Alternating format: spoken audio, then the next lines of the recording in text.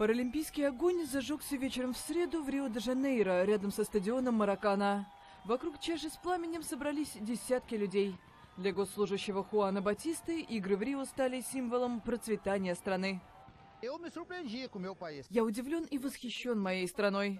И не думал, что такое случится. Мы превзошли самих себя. А как мы принимали иностранных спортсменов, просто невероятно. Я люблю свою страну все больше и больше.